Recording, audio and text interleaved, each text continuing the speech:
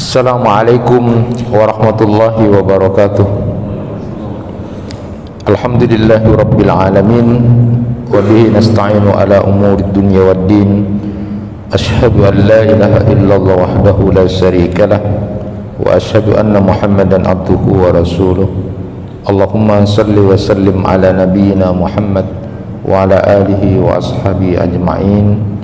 Rabbi shrah li sadri wa yassir li amri wahlul 'uqdatam min lisani yafqahu qawli. Amma ba'du. Bapak-bapak, ibu-ibu jamaah kuliah subuh yang dirahmati Allah, kita semua berharap selalu mendapatkan taufik dari Allah Subhanahu wa taala, berharap mendapatkan pertolongan dari Allah Subhanahu wa taala. Taufik itu adalah Allah Subhanahu wa taala menolong kita, mengantar kita sampai kepada apa yang diridhai oleh Allah Subhanahu wa taala. Sampai ada ulama yang menyebutkan taufik yang kita harapkan itu adalah Allah menyatukan, menggandeng antara harapan seorang hamba dengan takdir Allah. Jadi itulah yang kita harapkan. Dan taufik itu memang di tangan Allah.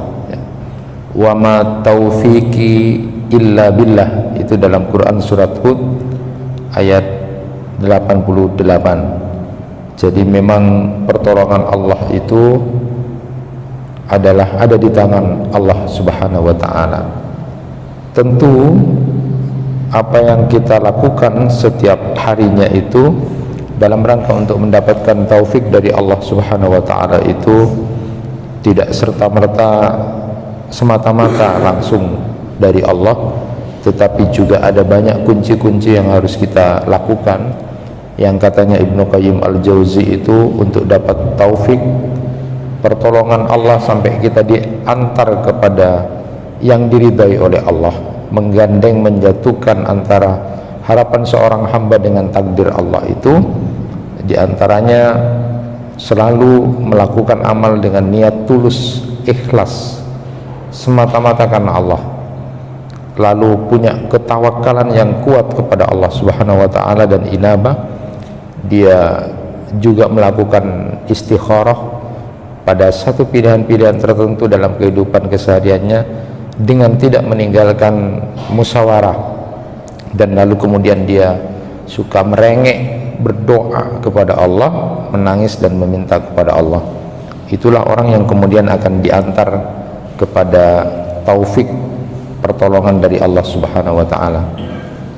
Kalau Zunnun Al-Misri itu menyebutkan ada sampai 3 tanda orang itu diberikan taufik oleh Allah Subhanahu wa taala.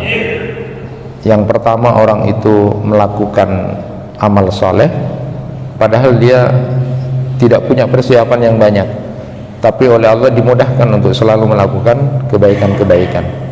Dia dimudahkan oleh Allah untuk melakukan amal-amal soleh walaupun dia sendiri sebenarnya tidak banyak kesiapan.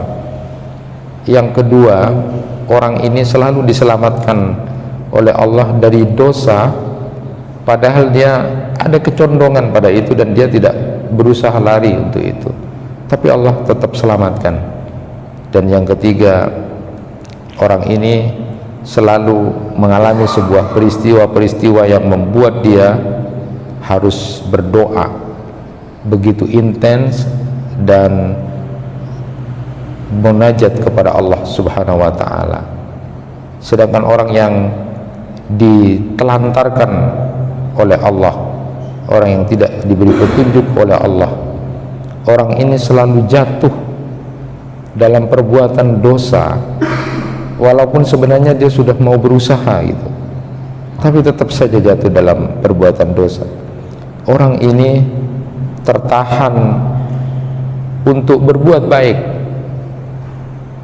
untuk melakukan amal soleh padahal dia sudah punya keinginan dan persiapan, dan lalu orang ini suka tertutup untuk bisa berdoa dan bermunajat kepada Allah.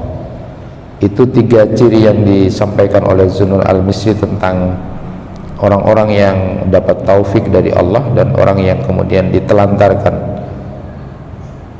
Innallaha yudillu man yasha wa yahdi ilaihi man anab. Mudah-mudahan kita termasuk hamba-hamba Allah yang selalu diberikan taufik oleh Allah Subhanahu wa taala, ditolong sampai diantar kepada yang diridai oleh Allah Subhanahu wa taala. Jamaah yang dirahmati Allah, kita lanjutkan sedikit saja tentang kajian tentang ma yuhibbun Nabi sallallahu alaihi wasallam wa ma yakrahuhu. Apa yang dicintai disukai oleh Rasulullah sallallahu alaihi wasallam. Kali ini kaitannya dengan akhlak.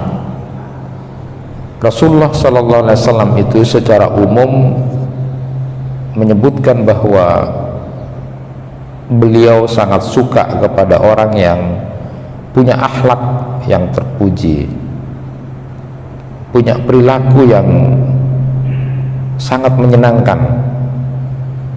Nah, tentu sampai beliau menyatakan orang yang punya akhlak yang bagus ini, orang yang punya perilaku yang terpuji itu, sampai disebutkan oleh Nabi sallallahu alaihi wasallam, inna min ahabbikum ilayya wa akrabikum minni majlisan yaumal qiyamah ahasinakum akhlaqa. Sesungguhnya orang yang begitu sangat mencintai aku, kata Rasulullah, lalu kemudian dia nanti kedudukannya paling dekat denganku di hari kiamat adalah orang yang akhlaknya bagus. Dan pesan Rasulullah SAW juga kepada Abu Dzar Al-Ghifari dan untuk kita semua adalah ketika berbicara tentang ketakwaan, ittaqillah haitsuma kunta wa atbi'is sayyi'atal hasanata tamhuha wa khaliqin nas bi khuluqin hasanin. Jadi di samping kita disuruh bertakwa kepada Allah di mana saja kita berada dan mengikuti kejelekan-kejelekan yang mungkin tidak sengaja kita lakukan dengan kebaikan-kebaikan yang diharapkan, kebaikan-kebaikan yang kita lakukan itu menghapus kesalahan-kesalahan yang kita lakukan. Wa khaliqin nas bi khuluqin hasanin. Bergaullah engkau, berkumpullah, berinteraksilah kamu dengan sesama manusia dengan akhlak yang terpuji.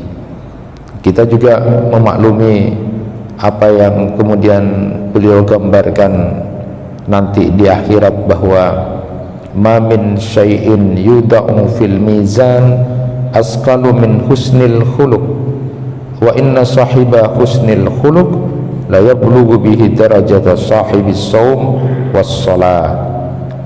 Tidak ada sesuatu pun yang diletakkan di timbangan amal yang lebih berat dari akhlak yang baik. Sungguh pemilik akhlak yang baik itu mencapai derajat ahli puasa dan ahli sholat. Jadi menurut hadis ini bahwa akhlak yang baik itu menjadi pendukung utama kemudian seorang itu tergolong orang yang ahli sholat dan ahli puasa. Sebagaimana kita pahami bersama bahwa pintu-pintu surga itu diantaranya adalah ahli sholat, ahli puasa. Ada orang yang biasa saja amalnya dalam kesehariannya, dia biasa saja, tapi dia punya akhlak yang terpuji, maka orang ini nanti akan digolongkan sebagai orang yang ahli sholat, ahli puasa, sehingga masuk dari pintu ahli puasa ataupun ahli sholat. Innal mu'mina la yudriku bi husni khuluqihi darajatas shaimi al-qaimi. Disebutkan dalam hadis Nabi bahwa orang beriman itu atau orang mukmin itu dengan akhlak yang baik dia bisa mencapai derajat ahli puasa dan ahli sholat malam. Orang pun bertanya kemudian, akhlak yang baik itu bagaimana? Tentu itu adalah sesuatu yang sangat umum ya. Karena itu akan memberikan sebuah kenyamanan kepada orang-orang yang ada di sekitarnya. Ada orang yang kemudian menyebutkan akhlak yang baik itu bentuknya adalah orang yang selalu ridho terhadap takdir Allah. dia selalu sabar, tidak membalas, mengasihi orang-orang yang berbuat bahkan zalim kepada dirinya, selalu memohonkan ampunan dosa kepada orang yang menyakitinya, dia bahkan menyayanginya. Ada juga yang mengatakan akhlak baik itu adalah percaya kepada takdir Allah, percaya kepada janji Allah, sehingga yang bersangkutan patuh kepada Allah dan tidak durhaka kepadanya dalam segala persoalan. Ada juga yang mengatakan akhlak baik itu menjauhi yang diharamkan, mencari yang halal, dan memberikan kelapangan nafkah pada keluarganya. Ada juga yang menyebutkan akhlak yang baik itu tidak berkata-kata kasar, tidak berkata-kata yang tidak baik kepada sesama manusia, yang dipikirannya adalah selalu dia berbuat kebaikan-kebaikan yang menyenangkan orang-orang yang ada di sekitarnya. Jamaah yang dirahmati Allah, lalu kemudian Syekh Adnan At-Tarsi itu menyampaikan hadis Nabi sallallahu alaihi wasallam berkaitan dengan akhlak yang baik ini, yang dimana Rasulullah sallallahu alaihi wasallam menyukai pemilik 3 sifat itu. Rasulullah bersabda, "In kuntum tuhibbuna ayyuhibbakumullah wa rasuluhu fahafidhu ala salasi hisalin sidqil hadis wa ada'il amanah wa husnil jiwar." Jika kalian ingin dicintai oleh Allah dan Rasulnya, maka peliharalah 3 sifat ini: jujur dalam bertutur kata, menunaikan amanat, dan bertetangga dengan baik. Rasulullah SAW menyukai, senang dan suka kepada orang yang memiliki 3 sifat ini, yaitu jujur dalam berbicara, lalu kemudian dia amanat, ketika diberikan amanat dia tunaikan itu dengan baik, dan lalu dia suka bertetangga dengan baik.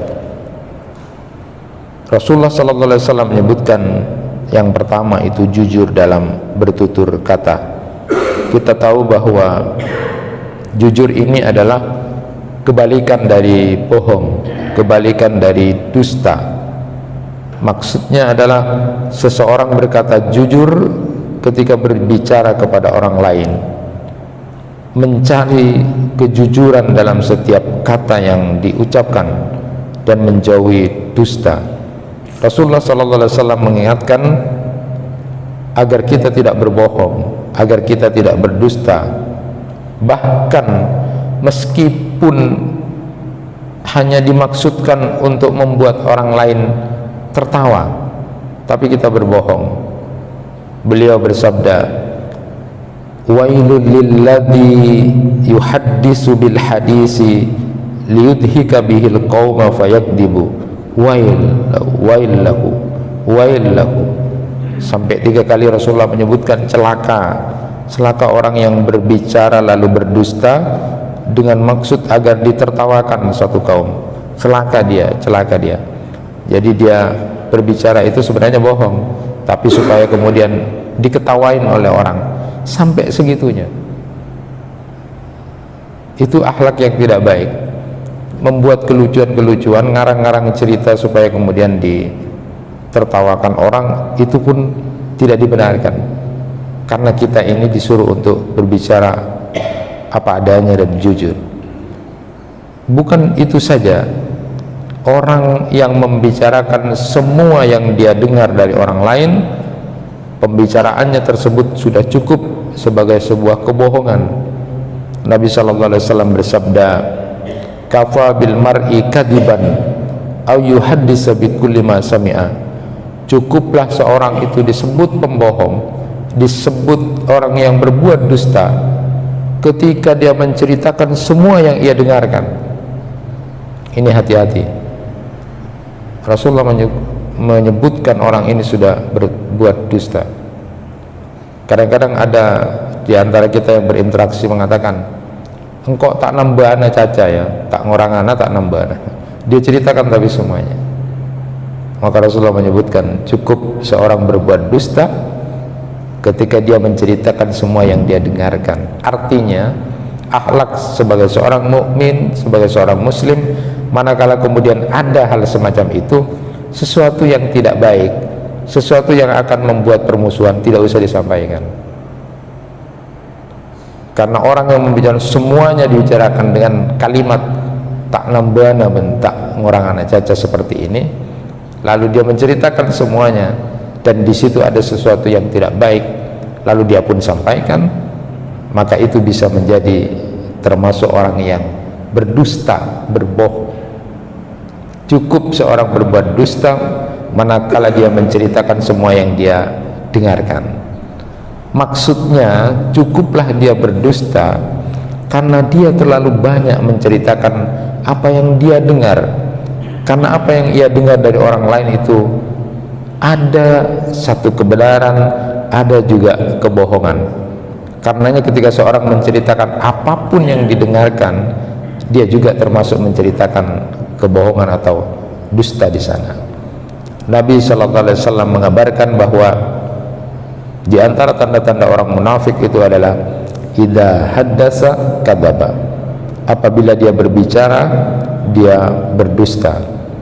Karenanya Nabi SAW mengingatkan untuk tidak berdusta agar tidak menjerumuskan pelakunya ke dalam neraka.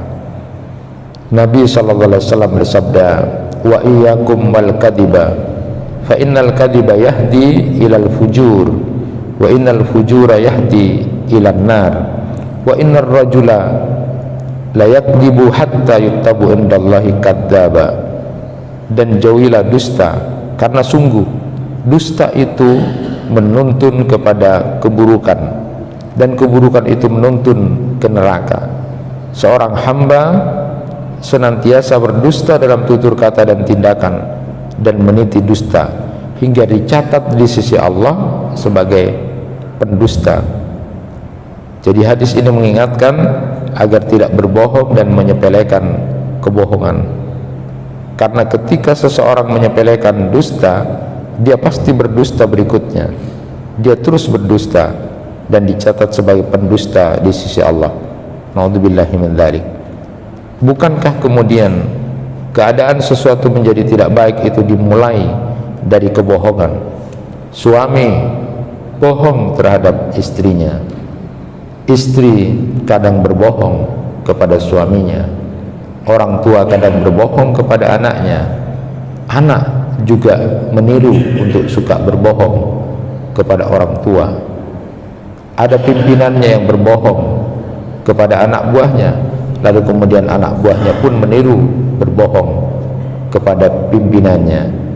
Kalau kita mengikuti apa yang diajarkan oleh junjungan kita Nabi Muhammad SAW, bahwa Rasulullah suka kepada orang-orang yang memang berkata benar dan berkata dusta, tidak berkata dusta, sehingga apapun yang kemudian dia sampaikan adalah sebuah kebenaran untuk satu kebaikan dalam satu kondisi dan keadaan. Rasulullah SAW menyampaikan, alaikum bisyirki fa inna syirka yahdi ilal birri wa innal birra yahdi ilal jannah wa innar rajula la yasduqu hatta yakuna siddiqan. Hendaklah kalian jujur dalam tutur kata dan perbuatan, karena sesungguhnya kejujuran itu akan menuntun kepada kebaikan dan kebaikan itu akan menuntun kepada surga. Seseorang yang senantiasa berkata dan bertindak jujur hingga dia menjadi orang yang sangat jujur. Lebih dari itu, Allah Subhanahu wa taala juga mencintai dan suka kepada orang yang jujur. Rasulullah sallallahu alaihi wasallam bersabda, in kuntum tuhibbuna ayyuhibbukumullah wa rasuluh usduku idha haddastum. Jika kalian ingin dicintai Allah dan Rasulnya, maka jujurlah ketika kalian berbicara. Yang kedua, Rasulullah itu dalam hadis ini menyebutkan orang yang disenangi, atau Rasulullah SAW suka kepada orang-orang yang suka menunaikan amanat. Jadi menunaikan amanat itu adalah orang yang diberi amanat, menyerahkan apa yang diamanatkan kepadanya, baik itu harta atau apapun kepercayaan yang diberikan orang kepada dia atau diamanatkan kepada dia, lalu kemudian dia lakukan dengan sebaik-baiknya. Dia menjadi orang yang tidak pernah berkhianat dengan amanat yang sudah diberikan kepada dirinya. Allah Subhanahu wa ta'ala juga memerintahkan kita secara umum untuk menjadi orang yang amanat. Innallaha ya'murukum an tu'addul amanati ila ahliha wa idha hakamtum bainan nas an tahkumu bil adl innallaha ni'ma ya'idukum bih innallaha kana sami'an basira. Sungguh Allah menyuruhmu menyampaikan amanat kepada yang berhak untuk menerimanya, dan apabila kamu menetapkan hukum di antara manusia, hendaknya kamu menetapkannya dengan adil. Sungguh Allah sebaik-baik yang memberi pengajaran kepadamu. Sungguh Allah Maha mendengar, Maha melihat. Rasulullah sallallahu alaihi wasallam juga bersabda, "Addal amanata ila man i'tamanak wa la takhun man khanaka." Tunaikanlah amanat kepada orang yang mempercayakan amanat kepadamu, dan janganlah kamu mengkhianati orang yang berkhianat kepada kamu. Hadirin, menunaikan amanat itu termasuk salah satu sifat orang beriman, sebagaimana Allah sampaikan dalam firman-Nya, dan sungguh beruntung orang-orang yang memelihara amanat-amanat dan janjinya, yaitu ketika mereka diberi amanat mereka tidak berkhianat, tapi menunaikan amanat itu dengan sebaik-baiknya. Rasulullah sallallahu alaihi wasallam bersabda, la tu'dunna al-huququ ila ahliya yaumal qiyamah hatta yuqada lisyati al-jalja'i minasyatil qurna. Sungguh kalian akan menunaikan hak-hak kepada para pemiliknya pada hari kiamat, hingga kambing bertanduk dikisas untuk kambing yang tidak bertanduk. Karena nanti Allah Subhanahu wa ta'ala akan mengadili kita semua, termasuk amanat-amanat yang diberikan, dipercayakan kepada kita pun itu akan dimintai tanggung jawab di hadapan Allah Subhanahu wa ta'ala. Sampai diberikan gambaran kambing yang tidak bertanduk itu nanti akan diberikan kesempatan untuk membalas kepada kambing yang bertanduk yang mungkin pernah melakukan hal yang tidak baik. Itu dalam hal binatang, apalagi kemudian manusia yang memang punya banyak yang harus diselesaikan menjadi tanggung jawabnya. Kemudian yang ketiga, Rasulullah sallallahu alaihi wasallam menyuruh kita untuk bertetangga dengan baik. Inilah yang selalu disampaikan, sampai-sampai ketika kita diperintahkan untuk berbuat baik kepada tetangga, seolah-olah ada yang kemudian menggambarkan nanti Allah akan menurunkan ayat bahwa tetangga itu dapat warisan, dari saking kita diperintah untuk menjadi tetangga yang baik. Banyak hadis-hadis yang menyebutkan bahwa ciri orang yang beriman kepada Allah dan hari akhir itu adalah suka berbuat baik kepada tetangga. Tapi kadang-kadang apakah kita suka lupa? Kok kita kadang-kadang senang untuk bermusuhan sama tetangga? Kadang-kadang kita didorong untuk bermusuhan dengan tetangga. Kadang-kadang kita didorong untuk kemudian kita harus lebih baik dan tidak memberikan hal yang baik kepada tetangga kita. Dari mana bisikan-bisikan itu? Apakah kita termasuk orang yang lupa bahwa kita disuruh untuk berbuat baik kepada tetangga kita, sebagaimana yang digambarkan oleh Rasulullah sallallahu alaihi wasallam, bahwa tetangga itu adalah hampir seperti saudara kita, karena dia yang kemudian pertama kali yang bisa menolong. Ketika Rasulullah sallallahu alaihi wasallam menyampaikan hal yang kemudian tidak boleh kita lupakan, man kana yu'minu billahi wal yaumil akhir fala yu'dhi jarahu. Siapa yang beriman kepada Allah dan hari akhir, jangan suka menyakiti tetangga. Harusnya di diri kita ini sebagai bagian dari yang disukai oleh Rasulullah sallallahu alaihi wasallam, maka dia suka berbuat baik kepada tetangganya. Ada hal yang menarik yang kemudian diceritakan yang terjadi kepada salah satu imam besar di madhab kita itu, yang kemudian sampai-sampai dicokocok, artinya dimainin sama tetangganya, tapi karena ingat hadis ini beliau kemudian tetap menjaga.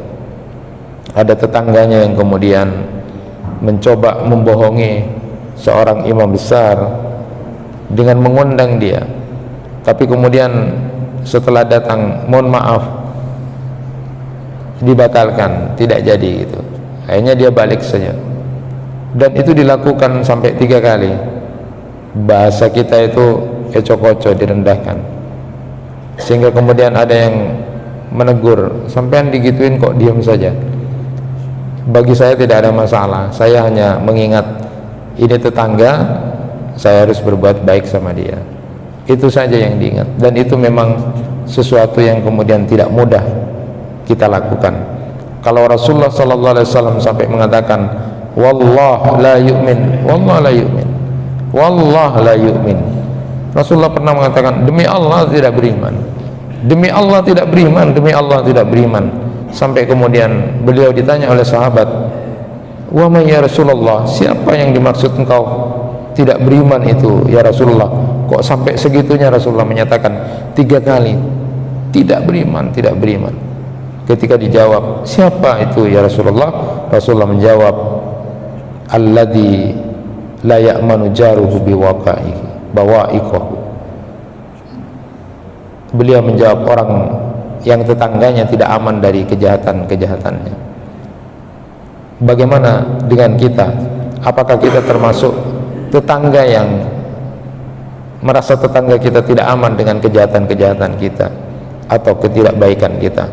Di sinilah letaknya kemudian kita berpikir kalau Rasulullah SAW memberikan petunjuk kepada kita dan memberikan contoh kepada kita bahwa beliau sangat menyukai orang yang berkata jujur, kemudian melaksanakan amanat dengan baik, lalu kemudian suka bertetangga dengan baik. Itu yang disukai, yang dicintai oleh Rasulullah SAW. Lalu sekarang berikutnya balikan dari itu, apa yang tidak disukai oleh Rasulullah SAW. Pertama, secara umum Rasulullah SAW sangat tidak suka, benci kepada orang-orang yang berakhlak buruk.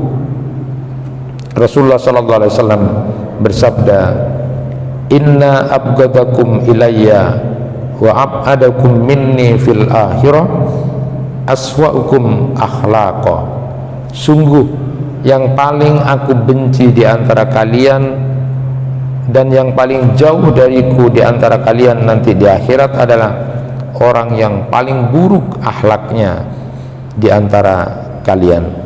Tentu ini adalah kebalikan dari apa yang sudah disampaikan yang pertama tadi, bahwa Rasulullah SAW cinta dan suka kepada orang yang punya akhlak yang baik. Dan tentu lalu kemudian Rasulullah SAW kemudian tidak suka kepada orang-orang yang mempunyai akhlak yang tercela, berkata-kata kasar, berbicara yang tidak baik, selalu melakukan kekerasan, selalu melakukan hal yang tidak menyenangkan. Itu adalah hal-hal yang tidak disukai oleh Rasulullah SAW. Dan lalu kemudian beliau menyebutkan hadis Nabi SAW berkaitan dengan masalah akhlak yang buruk ini. Rasulullah SAW bersabda, wa inna abghadakum ilayya wa ab'adukum minni yaumal qiyamah as-sarsaruna wal mutasaddiquna wal mutafayhikuna. Qalu ya Rasulullah qad alimna as-sarsaruna wal mutasaddiquna fama al mutafayhikun, qala al mutakabbirun.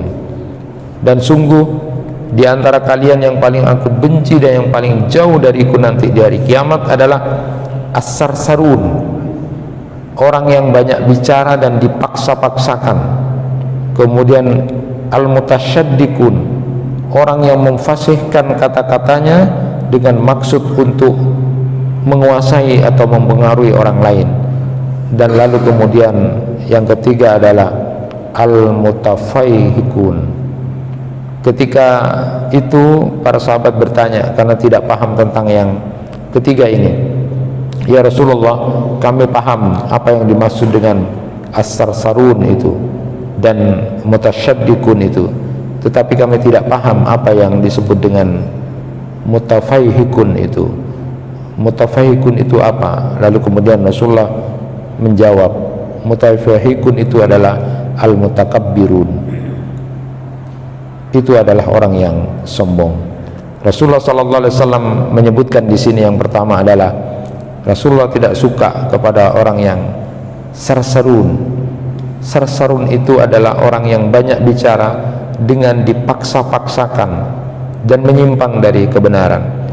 Orang yang seperti ini adalah orang yang paling dibenci Nabi SAW karena dia berakhlak buruk. Dia mengucapkan kata-kata yang tidak ada baiknya. Allah Subhanahu wa taala berfirman, la khaira fi katsirin min najwahum illa man amara bi sadaqatin aw ma'rufin aw islahim bainan nas wa may yaf'al dzalika ibtigha'a mardatillah wa sawfa nu'tihi ajran 'azima. Tidak ada kebaikan dari banyak bisik-bisik itu. Tidak ada kebaikan dari banyak bicara rahasia itu. Bisik-bisik kalian, kecuali pembicaraan rahasia dari orang yang menyuruh orang untuk bersedekah atau berbuat kebaikan atau mengadakan perdamaian di antara manusia. Siapa yang berbuat demikian karena mencari keridhaan Allah, maka kelak kami akan memberinya pahala yang besar.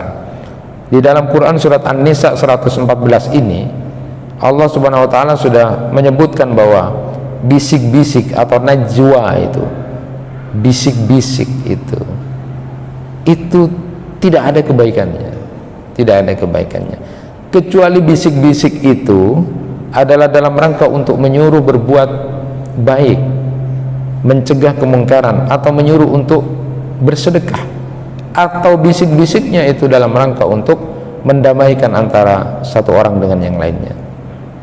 Jelas Allah melarang najwa itu karena banyak sekali ketidakbaikan dari najwa itu, bisik-bisik. Dan kita senang dengan bisik-bisik, bisik-bisik, bisik-bisik.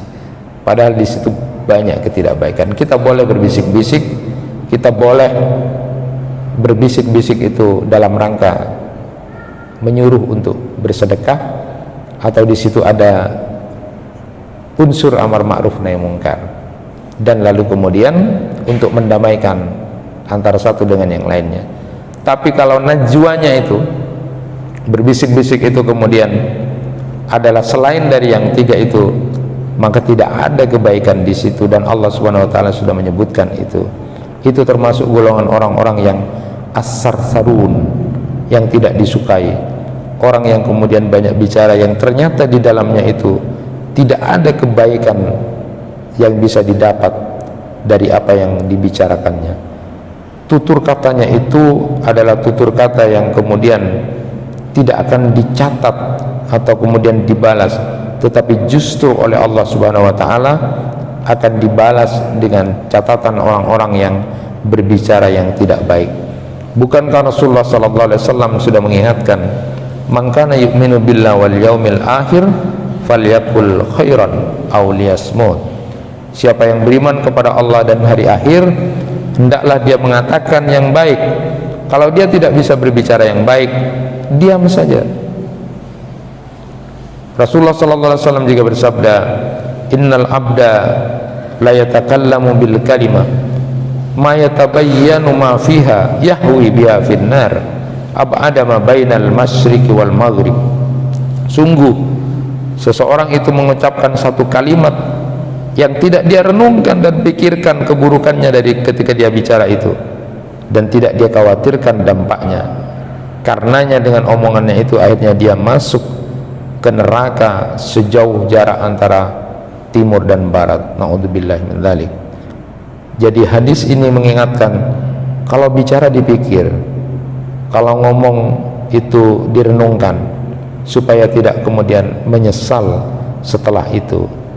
Maka ada satu nasihat dari Rasulullah SAW bahwa kalau kita ingin menjadi orang baik, salah satu diantaranya disebutkan, kalau berbicara dipikir sehingga kamu tidak menjadi orang yang meminta maaf setelah kamu berbicara itu. Memang manusia kadang-kadang tidak bisa terkontrol dan terkendali, tetapi ketika kita kemudian mendapatkan taufik dari Allah, maka insya Allah apapun yang diomongkan atau dibicarakan bisa kemudian dikendalikan pada dirinya. Dan Rasulullah SAW tidak suka kepada as-sarsarun ini, orang yang kemudian banyak bicara kepada hal yang tidak baik, yang diberikan contoh dengan berbisik-bisik, lalu kemudian diberikan contoh dengan kemudian mengatakan sesuatu yang membuat dia menyesal. Kemudian yang kedua, Rasulullah itu tidak suka kepada al-mutasyaddiqun. Siapa mutasyaddiqun itu? Orang yang kemudian berbicara tanpa berhati-hati dan membuka mulutnya lebar-lebar. Ada yang mengatakan mutasyaddiq itu adalah orang yang memperolok-olok orang lain dengan memutar-mutar sisi mulutnya. Yang lain mengatakan mutasyaddiq, orang yang berbicara sepenuh mulut dengan difasih-fasihkan, mengagung-agungkan kata sendiri dan merasa lebih tinggi dari orang lain. Jadi mutasyaddiqun itu kalau digambarkan secara fisikal itu, maaf ya, saya tidak bisa menggambarkan. Jadi suka dengan mulutnya itu ngenyek orang. Jadi dengan fisik ini, dengan mulutnya meremehkan orang. Jadi dengan apa ya, apa nyambibi atau bahasa kalau orang kayak itu nyambibi itu, mencibir-cibir dengan mulutnya, itu al-mutasyaddiqun. Rasulullah tidak suka ini. Tipikal orang seperti ini yang dengan mulutnya, gerakan mulutnya digerak-gerakkan untuk mencibir, gerakan mulutnya dalam interaksi dia kemudian begini-begini, baik itu dilihat oleh lawan bicaranya atau tidak dilihat di belakangnya. Nah, mutasyaddiqun ini tidak suka. Ini berarti tipikal orang yang tidak disuka oleh Rasulullah SAW, karena dia termasuk orang yang suka merendahkan, mengenyek orang, mencibir orang. Dan yang terakhir itu Rasulullah tidak suka al-mutafayhikun, yang ketika kemudian ditanya oleh Rasulullah SAW siapa yang dimaksud dengan al-mutafayhikun itu, Rasulullah SAW kemudian menjelaskan bahwa yang dimaksud dari mutafayhikun itu adalah orang yang sombong, al-mutakabbir. Rasulullah SAW sudah mengingatkan, la yadkhulul jannah man kana fi qalbihi misqalu dzarrah min kibr. Qala rajulun innar rajula yuhibbu ayyakuna saubuhu hasanan wa na'luhu hasanah. Qala innallaha jamil yuhibbul jamal. Al kibru batrul haq wa ghamtun nas. Rasulullah sallallahu alaihi wasallam bersabda, tidak masuk surga orang yang di dalam hatinya ada kesombongan meskipun sebesar zarah, meskipun kesombongannya itu sedikit saja. Seseorang kemudian bertanya, ya Rasulullah, ada seseorang yang menyukai pakaiannya bagus, sandalnya bagus, apakah ini termasuk orang sombong? Rasulullah SAW menjawab, sesungguhnya Allah Maha Indah, menyukai yang indah. Orang yang sombong itu atau yang dimaksud dengan sombong itu adalah menolak kebenaran dan suka meremehkan, merendahkan sesama manusia. Bukankah kita kadang-kadang, bahkan tidak hanya sebesar zarrah, kesombongan di diri kita kemudian muncul ketika kita menolak satu kebenaran, atau bahkan kita suka merendahkan, meremehkan kepada sesama manusia. Padahal jelas-jelas juga Allah Subhanahu wa taala menyebutkan sesungguhnya Allah tidak menyukai orang-orang yang berbuat kesombongan. Itu yang bisa disampaikan pada kesempatan kali ini. Rasulullah SAW suka menyukai orang-orang yang kemudian jujur, lalu Rasulullah suka untuk melihat orang-orang yang ketika diberi amanat dia jalankan dengan baik, dan Rasulullah suka kepada orang yang bertetangga dengan baik. Tetapi Rasulullah SAW tidak suka secara umum dengan akhlak yang tidak baik, orang yang kemudian banyak berbicara yang di situ ternyata banyak kandungan yang tidak baik, bisik-bisik atau sesuatu yang kemudian tidak mengandung kebaikan. Dan bahkan Rasulullah pun sallallahu alaihi wasallam tidak suka kepada orang-orang yang kemudian berbuat kesombongan, karena dia suka mencibir, merendahkan dan meremehkan sesama manusia. Mudah-mudahan kita bisa melakukan apa yang disukai oleh Rasulullah sallallahu alaihi wasallam dan menjauhi apa yang tidak disenangi oleh Rasulullah sallallahu alaihi wasallam. Subhanakallahumma wa bihamdika asyhadu an la ilaha illa anta astaghfiruka wa atubu ilaik. Assalamualaikum warahmatullahi wabarakatuh.